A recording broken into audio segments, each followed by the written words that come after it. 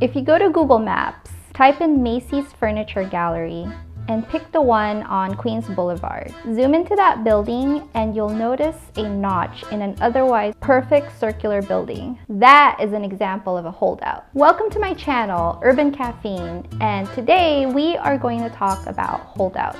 In real estate, a holdout is a piece of property that would have been part of a larger development, but it wasn't included because either the owner didn't want to sell or the developer couldn't meet the price. Holdouts are all over the world. And in New York, where there's perpetual construction, you'll see a decent bit of them. And today, we're going to talk about the 3 holdouts that Macy's had to deal with, starting with their flagship store in Midtown Manhattan. It was the turn of the century. The year was about 1902. Macy's original flagship store was on 14th Street, approximately right here. It had been there since 1858. The then owners were the Strauss brothers, Isidore and Nathan.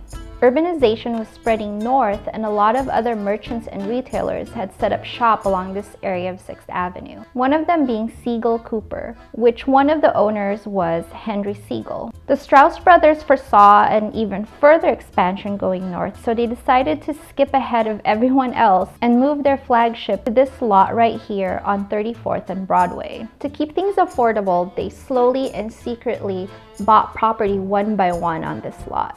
But people caught on and they connected Macy's with the lot purchases, and one of these people was Henry Siegel. Henry Siegel had this brilliant idea of taking over the 14th Street location that the Strauss brothers were leaving behind, hoping that the 14th Street customers would continue to shop in the area. But the brothers still had a couple of years left on the lease to that building, and he wanted to take over right away to prevent the current customers from migrating up north, which would also take away opportunity from his store that's on 18th Street. The brothers still hadn't acquired the small corner on the 34th and Broadway lot, so Henry Siegel came up with the idea of acquiring that lot as leverage to take over the 14th Street property. This lot was currently owned by Dr. Alfred Dwayne Pell. It was only 30 by 50 feet, or about 9 by 15 meters, and he originally bought it for $30,000. Today, that's about $640,000. He was currently in Europe on vacation, so over long-distance comms, Alfred Dwayne Pell agreed to sell his lot for $250,000. In today's dollars, that's about $7.57 million. Henry Siegel caught wind of this and asked help from Pop Smith. Other sources say his full name is Robert H. Smith, but we'll go with Pop Smith.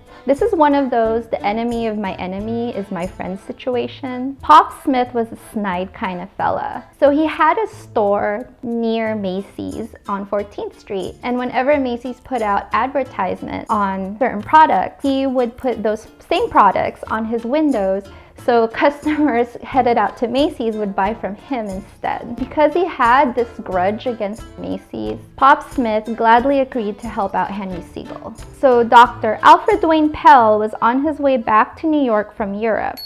Pop Smith found out which ship the doc was riding on and met him there. He was like, "Yo, how about $375,000 for your property instead?" Dr. Alfred Dwayne Pell agreed to this, and so the deal with the Strauss brothers was off the table. In today's dollars, that amounts to $11.36 million. Pop Smith passed the property to Henry Siegel, who tried to level with the Strauss brothers.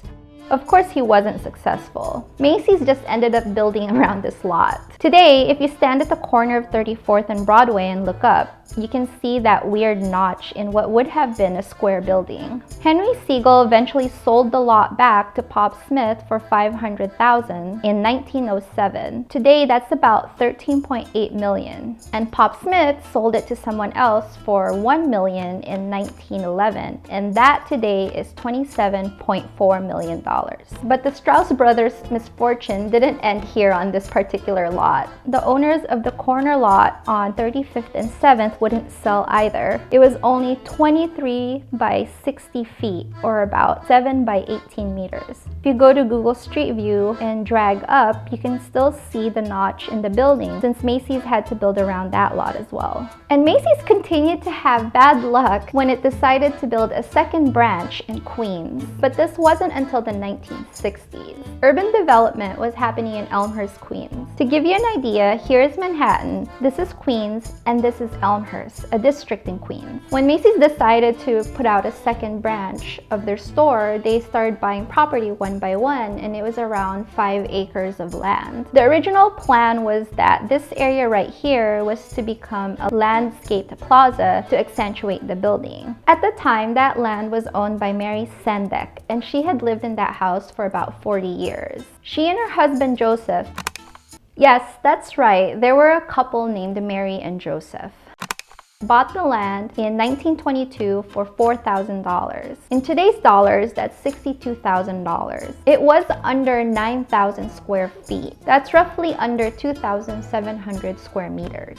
During that time, Mary had already raised her children and was widowed. She lived by herself with her dog. When the original broker that was buying out all the lots in the area couldn't convince Mary to sell hers, Macy's VP of real estate, gentlemen, decided to personally negotiate with her. After an outright refusal of a large amount that's way more than the fair value of her property, he tried to see if she would just sell the back portion of her yard, which was about 7 by 14 feet. So Macy's could complete at least the circular form of the building. And when she didn't agree to that, he asked if they could just purchase the air rights, which is basically being able to construct above her property without touching her property. And at some point, he even offered to buy her a house anywhere in the country and cover her moving expenses. In the end, Mary didn't sell out. So Macy's was forced to adjust the circular design of the building to have that notch that we see in the map. The architectural fees for that were about $50,000, but they had offered Mary $200,000 for her property,